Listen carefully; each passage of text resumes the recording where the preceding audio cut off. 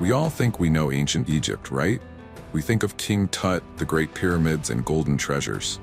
But the truth is, what we see on the surface is just a tiny fraction of reality.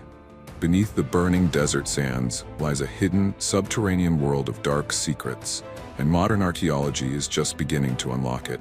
Forget the cliché tourist spots. Today, we are diving into 10 jaw-dropping tomb discoveries that completely shattered what historians thought they knew. We're talking about massive engineering traps, ancient biohazards, and secrets museums tried to hide. Trust me, these 10 discoveries changed everything. When we think of mummification, our minds immediately go to the great kings of Egypt. Pharaohs wrapped in fine linen, buried inside golden sarcophagi, waiting to journey into the afterlife. But back in 2018, near the ancient pyramid of King Tut in Saqqara, a team of Egyptian archaeologists uncovered something that completely flipped the script. They brushed away the sand, opened a series of forgotten tomb shafts, and found themselves standing in a room filled not with royal humans, but with thousands of animals. Among the dust, they found dozens of beautifully preserved cat mummies. Some were still wrapped tightly in their ancient bandages, while others were housed inside wooden coffins carved to look exactly like the felines they protected. There were even wooden statues of cats, covered in pure gold, standing like silent guardians of the tomb. For centuries, the ancient Egyptians revered cats as symbols of grace and protectors against evil, deeply tied to Bastet, the cat goddess. But as the archaeologists kept digging, they realized this wasn't just a regular pet cemetery. It was something much more profound. Deep inside the tomb, the team noticed a small, beautifully crafted limestone chest. The lid was carved with drawings of scarab beetles. Now, to give you some context, finding a scarab amulet or drawing in Egypt is very common. The scarab, or dung beetle, was a powerful symbol of rebirth and the sun god, Khepri. But actually finding real mummified scarab beetles? That was unheard of. When the researchers carefully lifted the lid, they were stunned. Inside, wrapped in protective linen and exceptionally preserved, were actual scarab beetles. It was the first time in the history of Egyptian archaeology that mummified scarabs had ever been found in a tomb like this. This single discovery completely changed how historians view the ancient Egyptian world. It proved that mummification wasn't just a luxury saved for the wealthy elite. It was part of a massive, industrial-scale religious economy. You see, during the late period, these animal mummies weren't just beloved pets being buried with their owners. They were manufactured as votive offerings. Think of it like buying a candle at a church today. Millions of pilgrims would travel to Saqqara, buy a mummified cat or a sacred beetle from a temple priest, and bury it as a physical prayer, a direct message to the gods. The takeaway here is truly fascinating. To the ancient Egyptians, the afterlife wasn't a lonely journey meant only for humans. It was a deeply interconnected ecosystem where the divine animal kingdom played an active, daily role in cosmic balance.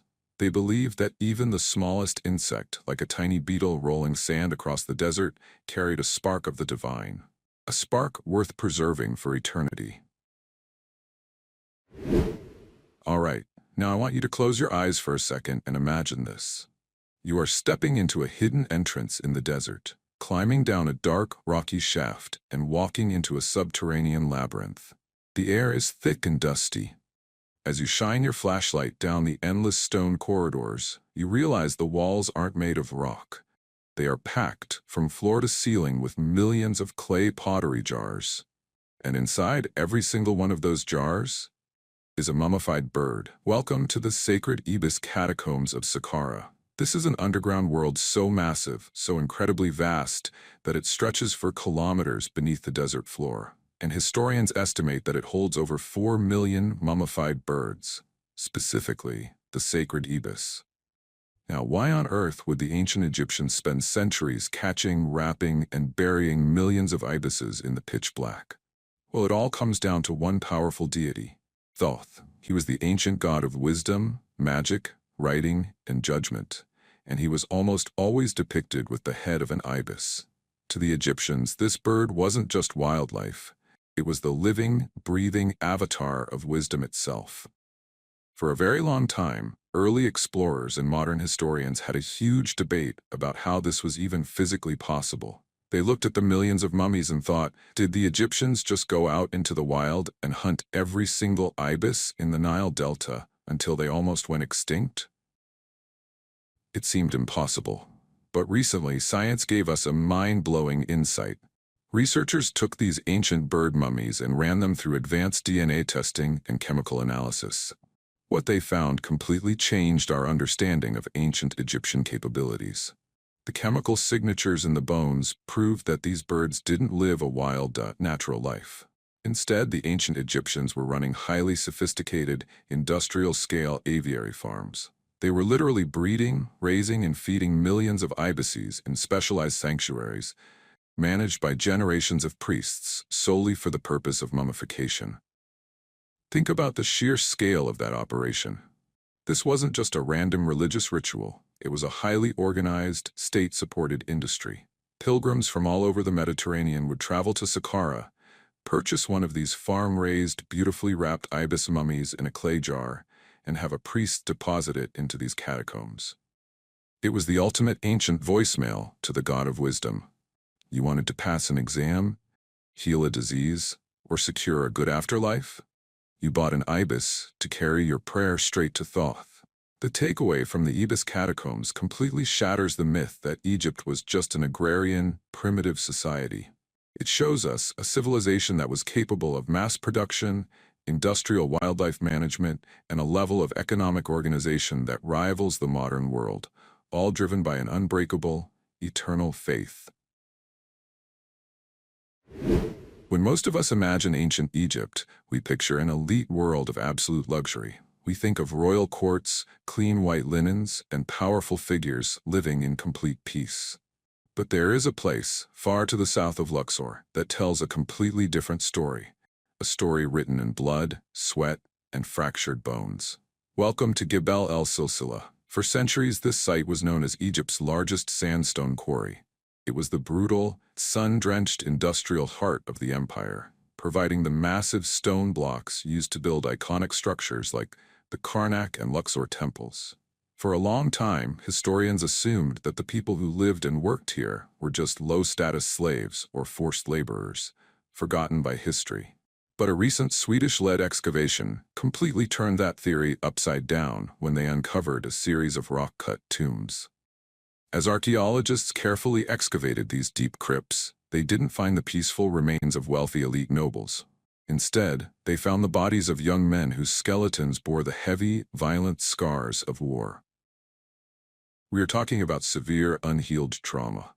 Fractured skulls, shattered limbs, and deep wounds caused by ancient weapons like arrows and battle axes. These weren't just factory workers. These were battle-hardened warriors from the New Kingdom. But here's where the story gets truly interesting. If these men were just disposable soldiers or low-class laborers, they would have been thrown into shallow, unmarked graves. But they weren't. The excavation revealed that these warriors were buried inside massive, multi-chambered family tombs, surrounded by sacred amulets, beautiful pottery, and high-status burial goods. This gave researchers a groundbreaking insight into how the Egyptian empire actually functioned. Gebel el-Silsila wasn't just a remote rock quarry. It was a critical, highly fortified strategic military base and industrial hub. The empire invested heavily in this place. The skeletal remains showed that many of these men had severe fractures that had actually healed perfectly. This means they weren't left to die. The pharaoh provided them with top-tier royal medical care, allowing them to recover from brutal combat injuries so they could keep guarding this vital resource line. The ultimate takeaway from the warrior tombs of Gebel el-Silsila completely changes how we view the monuments of Egypt. Those grand, breathtaking temples didn't just appear out of nowhere through passive slave labor. They were built on the backs of a highly respected, fiercely resilient warrior class.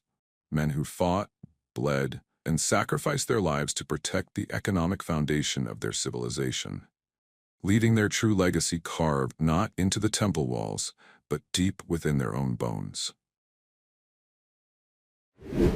Imagine you are an elite official in ancient Egypt, and your country is on the brink of a brutal foreign invasion. You know that when the empire falls, the government collapses, and hungry, desperate tomb robbers will target the graves of the wealthy. So, how do you protect your body and your treasures for eternity? Well, you don't just build a regular tomb. You build a massive, complex engineering trap designed to swallow anyone who tries to break in. This is exactly what archaeologists from the Czech Institute of Egyptology discovered in 2022 at the necropolis of Abu Sir. They unlocked the final resting place of a man named Wahibre-Mery-Neith. His chief title? The Commander of Foreign Mercenaries. This man was a high-ranking military general who managed Aegean and Anatolian soldiers during the 26th dynasty, a time of extreme geopolitical anxiety just before the Persian Empire conquered Egypt. And his tomb? It is an absolute masterpiece of defensive architecture. The outer structure is a staggering, giant square pit measuring roughly 14 by 14 meters wide, carved directly into the bedrock and dropping nearly 20 feet deep. But that's just the upper layer. Right in the middle of this massive pit, the ancient engineers dug another smaller, secondary shaft, plunging an additional 33 feet straight down into the earth. It is at the absolute bottom of this pitch-black, nested system, deep underground, that the general's body was placed. But here is the brilliant, terrifying trick. The massive space in the outer shaft surrounding the burial core wasn't left empty. The builders packed it with thousands of tons of loose desert sand. The entire layout used sand drainage physics. If an ancient looter tried to dig a tunnel or drill a hole down into the burial chamber, the weight of the sand would instantly shift, collapsing the walls and burying the thieves alive. It was a giant, ancient sand trap. And the discovery gets even crazier. Just a year earlier, right next to this shaft, the team uncovered the largest embalming cache ever found in Egypt. Over 370 pottery jars filled with the actual materials, oils, and linens used to mummify the general. Inside the ultimate burial chamber, researchers found a double sarcophagus system. The outer one was made of two massive blocks of white limestone, and nested inside it was an inner coffin carved from beautiful black basalt, inscribed with Chapter 72 of the Book of the Dead, the spells for resurrection. Sadly, even this incredible engineering marvel couldn't completely defeat time. In late antiquity, around the 4th or 5th century AD, incredibly daring thieves managed to breach the inner chamber, leaving behind 2 Coptic pottery vessels and smashing the face of the basalt coffin lid to steal the mummy. But the ultimate takeaway from the Megatomb of Wahibre-Mery-Neith is profound. It completely changes our view of late Egyptian mortuary science. This wasn't just a period of artistic decline. It was an era of intense, creative defensive engineering. Forced into a corner by times of crisis and foreign threats, the ancient Egyptians weaponized the desert sand itself, turning the environment into a silent, eternal guardian to preserve their sacred way of life. When early Western explorers first broke into the dark underground vaults of Saqqara in 1851, they stumbled into a scene that felt completely out of this world. Walking down a series of massive, rock-cut tunnels, they found themselves standing next to giant, monolithic black stone boxes. These weren't just ordinary coffins. These were colossal sarcophagi made of some of the hardest stones on Earth: granite, basalt, and diorite. Each box weighed up to 70 tons, with their lids weighing an additional 30 tons. When explorers looked inside, they expected to find the remains of giants or ancient kings. But instead, they found something that completely rewrote our understanding of Egyptian worship. Welcome to the Serapeum of Saqqara, a massive underground necropolis designed not for human beings but for a single sacred animal, the Apis bull. To the ancient Egyptians, the Apis bull wasn't just livestock. It was considered the living, breathing incarnation of Ptah, the creator god, and later, Osiris, the god of the underworld. Only one bull could hold this divine title at a time, chosen by temple priests based on specific sacred body markings, like a white triangle on its forehead. This animal lived a life of absolute luxury, treated with the exact same reverence as a pharaoh. And when that living bull died, the entire nation went into deep mourning. Now, Let's talk about the incredible engineering puzzle that still baffles modern scientists today. There are 24 of these massive sarcophagi resting inside deeply recessed vaults along the underground corridors. The stones were quarried in Aswan, hundreds of miles away, and transported across the Nile. But the real mind-blowing part? The surface of these granite boxes is cut and polished to a perfect, mirror-like finish with razor-sharp, 90-degree angles. How did ancient builders maneuver these 100-ton behemoths down into tight, narrow, pitch-black underground galleries without modern machines, hydraulics, or laser tools? It is an absolute masterpiece of ancient mathematics and sheer human willpower. When French archaeologist Auguste Mariette discovered this place in 1851, almost every single box had already been blasted open and looted in antiquity. Except for one. One single sarcophagus remained completely intact and sealed with its original mortar. When Mariette finally opened it, he discovered the preserved, mummified remains of a sacred bull, covered in gold and precious amulets. The ultimate takeaway from the Serapeum of Saqqara challenges everything we think we know about the limits of ancient technology and religious devotion. The pharaohs spent vast fortunes, emptied the state treasury, and deployed their greatest engineers, not just to build their own pyramids, but to secure the eternal rest of a sacred animal. It shows us a civilization that did not see humans as the center of the universe, but believed that a spark of the divine could dwell within the natural world, a spark magnificent enough to move mountains of stone. Back in late 2018, deep in the Saqqara necropolis, a team of Egyptian archaeologists cut through a final wall of solid rock and broke a seal that had remained untouched for 4,400 years. When they pushed the dust aside and stepped inside, they didn't just find a typical dark, empty stone vault. They found themselves standing inside a breathtaking, multicolored gallery of ego, family secrets, and ancient propaganda. Welcome to the pristine tomb of Wahtye. He was a high-ranking royal purification priest who served King Nefer during the 5th dynasty of the Old Kingdom. What makes this discovery absolutely legendary is its incredible state of preservation. The paint on the walls looks so fresh, so vibrant, it felt as if the artists had just packed up their brushes and walked out 5 minutes before. The walls were lined with 55 statues carved directly out of the living rock, showing Wahtye, his wife, his mother, and his children, all painted in rich shades of red, yellow, and black. At first glance, the reliefs tell a beautiful, perfect story of a holy man who loved his family and was deeply respected by his community. You see scenes of people brewing beer, baking bread, and preparing offerings for his eternal journey. But as the archaeological team began to dig down into the 5 hidden burial shafts beneath the floor, the perfect story started to fall apart, and a dark, historical mystery began to emerge. When forensic scientists analyzed the skeletal remains found in the family shafts, they expected to find bodies treated with the highest royal care. Instead, they made a tragic discovery. The bones of Wahtye's children and his mother showed signs of severe systemic disease. Many experts believe that this entire family was wiped out by a sudden, devastating epidemic, possibly the earliest recorded case of malaria in human history. But the mystery goes even deeper than a tragic plague. When linguists and epigraphers carefully read the hieroglyphs carved onto the walls, they noticed something incredibly suspicious. In several places, names and titles had been hastily scratched out, modified, and recarved. The texts revealed a shocking twist. This magnificent tomb might not have belonged to Wahtye originally. There is strong evidence suggesting that Wahtye actually stole this grand resting place from his own brother, erasing his brother's identity to claim the high-status art for himself and secure his own immortality. The ultimate takeaway from the tomb of Wahtye completely peels back the propaganda of ancient Egyptian art. For centuries, we have looked at tomb paintings as literal truth. But Wahtye reminds us that behind these perfect, holy facades were real, flawed human beings.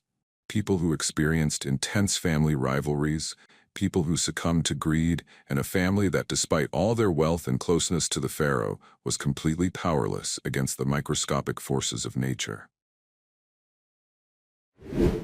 This is the extraordinary story of a tomb that was found, completely lost to the shifting desert sands for over a century, and then miraculously found all over again. But when modern scientists finally unlocked its doors for the second time, they didn't just find standard military treasures. Instead, they stumbled upon a culinary shocker, a deadly snack hidden in the dark for over 3,000 years. Welcome to the lost tomb of Ptahmes. Now, back in the 13th century BC, Ptahmes was one of the most powerful men in the entire Egyptian empire. He was the army commander-in-chief, the high priest of Amun, and the royal scribe under Pharaoh Seti I and his legendary son, Ramesses the Great. When he died, he was buried in a massive, temple-style tomb complex at Saqqara, filled with grand stone columns and beautiful courtyards. In 1885, foreign treasure hunters actually found this tomb. They sketched it, stole a few beautiful artifacts, and left. But back then, they didn't have GPS or proper mapping tools. Over the next few decades, fierce desert sandstorms rolled over the site, completely burying the complex. The tomb literally vanished from the face of the earth. For over 120 years, historians debated if the tomb of Ptahmes even existed, or if it was just a myth. That was until 2010, when a dedicated team of archaeologists from Cairo University used modern technology to scan the desert. They dug deep into the sand, and boom, there it was. The lost tomb was rediscovered. As the team excavated the dusty storage chambers, they found broken pottery jars, amulets, and shattered walls. But inside one specific jar, wrapped in a decayed canvas cloth, they found a strange, solidified white mass. The team sent this mysterious white substance to a laboratory for chemical and biomolecular analysis. And the results? Absolutely mind-blowing. Scientists revealed that this white mass was the world's oldest solid cheese, dating back more than 3,200 years. The ancient Egyptians were apparently eating a blend of cow, sheep, and goat cheese. But as the scientists analyzed the proteins further, they discovered a dark, terrifying secret. The cheese tested positive for a bacterium called Brucella melitensis. This is the deadly pathogen that causes brucellosis, a brutal, agonizing disease passed from unpasteurized infected animal milk to humans, causing chronic fevers, severe joint pain, and even death. The ultimate takeaway from the tomb of Ptahmes completely changes how we connect with the ancient world. It bridges the gap between grand, epic military history and the microscopic, gritty realities of daily life. It reminds us that no matter how powerful you were, even if you commanded the supreme armies of Ramesses the Great, you were still vulnerable to the hidden dangers of a simple, everyday meal. When we think about the largest, most spectacular tombs in ancient Egypt, our minds naturally go to the Valley of the Kings. We assume that only a pharaoh, a living god on earth, could possess enough wealth and power to carve a massive palace into the stone. But deep in the Sisyphean necropolis of Luxor, there is a sprawling underground mega-complex that completely shatters that assumption. This tomb doesn't belong to a king. It belongs to a private governor who was so incredibly wealthy, his final resting place structurally surpassed the tombs of many pharaohs. Welcome to the Mega-Complex of Montuemhat, known archaeologically as Theban Tomb 34. Now, to understand why this place is so massive, we have to look at the chaotic time in which Montuemhat lived. Around the 7th century BC, Egypt was suffering through a brutal, terrifying period of foreign invasions. The mighty Assyrian Empire swept down from the north, destroying everything in its path, and brutally sacked the golden city of Thebes. The sitting pharaohs were weak, terrified, and distant. Step in Montuemhat. He wasn't the king, but he held the official titles of 4th prophet of Amun and governor of Thebes. In reality, he was the absolute dictator of Upper Egypt. While the royal throne was in chaos, Montuemhat personally stepped up, raised the funds, and single-handedly rebuilt the entire city of Thebes from the ashes. And to cement his supreme legacy, he spent a fortune constructing an underground palace for his afterlife. TT-34 is an absolute titan of architecture. It is not just a single burial chamber, it is a giant subterranean labyrinth split across 3 different levels.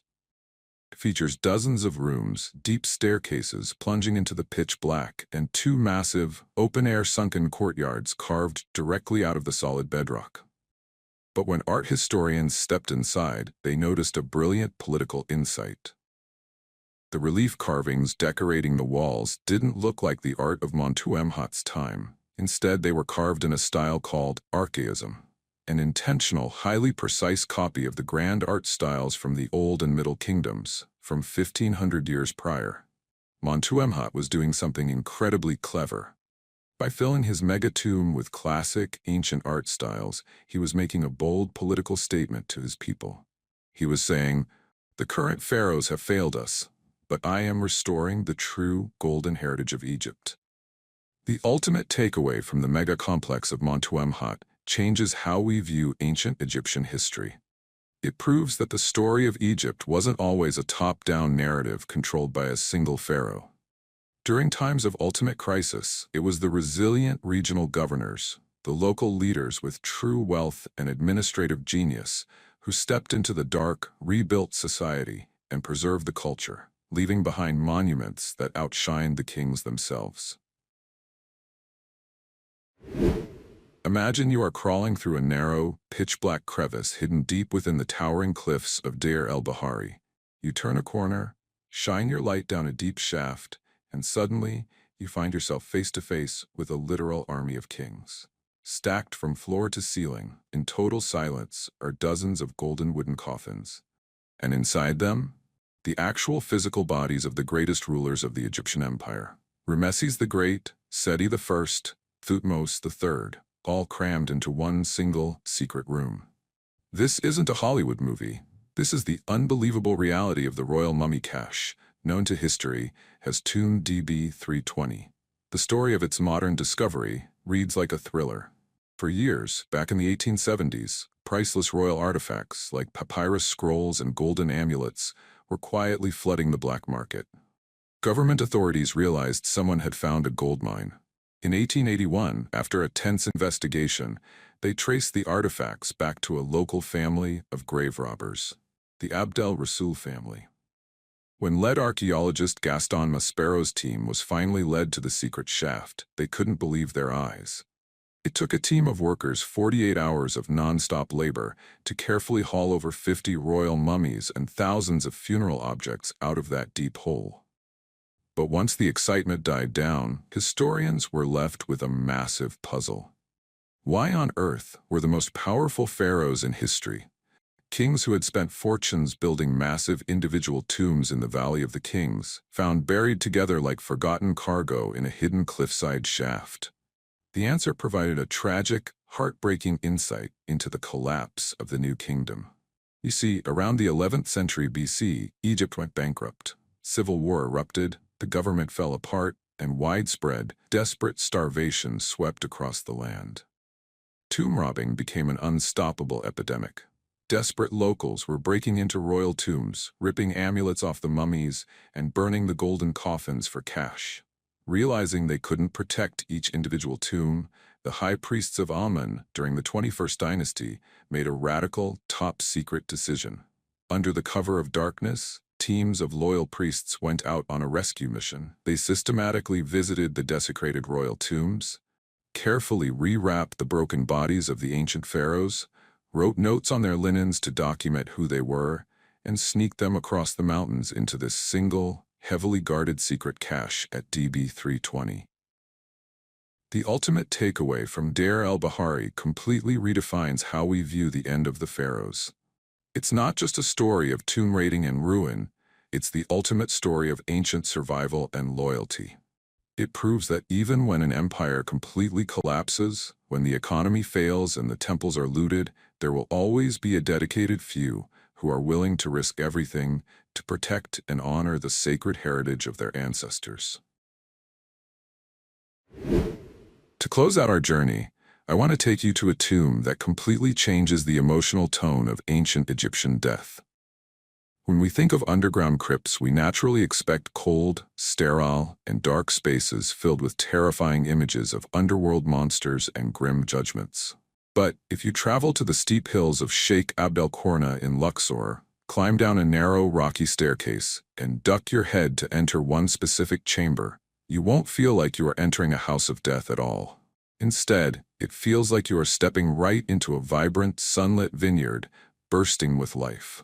Welcome to the breathtaking tomb of Sennefer, officially known as Theban Tomb 96. Sennefer was a very powerful man during the Golden New Kingdom era. He served as the mayor of Thebes under Pharaoh Amenhotep II. Because of his wealth, he could afford top-tier artists to design his eternal resting place. But instead of carving out a perfectly flat, rigid stone ceiling, the ancient engineers left the ceiling of his burial chamber rough, bumpy, and irregular. And that is where the genius of the ancient Egyptian artists truly shines. They looked at that wavy, uneven rock ceiling and decided to turn it into a realistic, low-hanging canopy of lush grapevines. They painted winding green leaves, twisting brown branches, and hundreds of rich, heavy clusters of black and yellow grapes that seemed to dangle right over your head. Because of this incredible masterpiece, locals and travelers today affectionately call this place the Tomb of the Vineyards. But the beauty doesn't stop there. As you look around the pillars and walls, the artwork tells a deeply personal and romantic story. You see beautiful, intimate scenes of Sennefer sitting side by side with his beloved wife Merit. In one painting, she is gently holding a lotus flower to his nose. In another, she is offering him a heavy golden necklace, ensuring he is dressed like royalty for eternity. This beautiful imagery gives modern historians a profound, game-changing insight into the ancient Egyptian mind. For a long time, outsiders have looked at Egypt as a culture morbidly obsessed with dying. But Sennefer's tomb proves the exact opposite. They weren't obsessed with death, they were deeply, madly in love with life. Grapes and wine weren't just luxury party items in ancient Egypt, they were sacred symbols of the god Osiris, representing intense joy, resurrection, and the eternal return of youth. Sennefer didn't want his afterlife to be a terrifying, alien underworld. He wanted his eternity to be a beautiful, never-ending extension of his earthly home, a lush, sunlit garden where the wine never runs out, where the harvest is always rich, and where the love of his life is waiting by his side forever. And that is perhaps the most beautiful secret the sands of Egypt have ever kept. 10 jaw-dropping discoveries.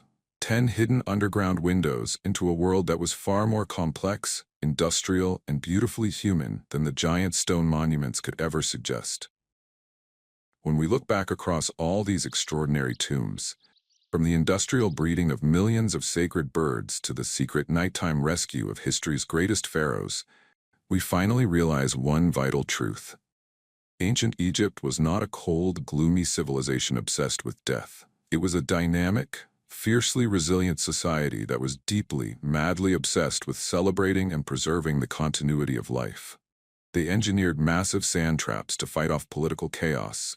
They analyzed deadly biohazards in their food, and they painted lush, vibrant vineyards to ensure that joy would survive the grave. The burning sands still hold over 70% of their secrets. But every time we open a new shaft, we aren't just looking at the dust of the past.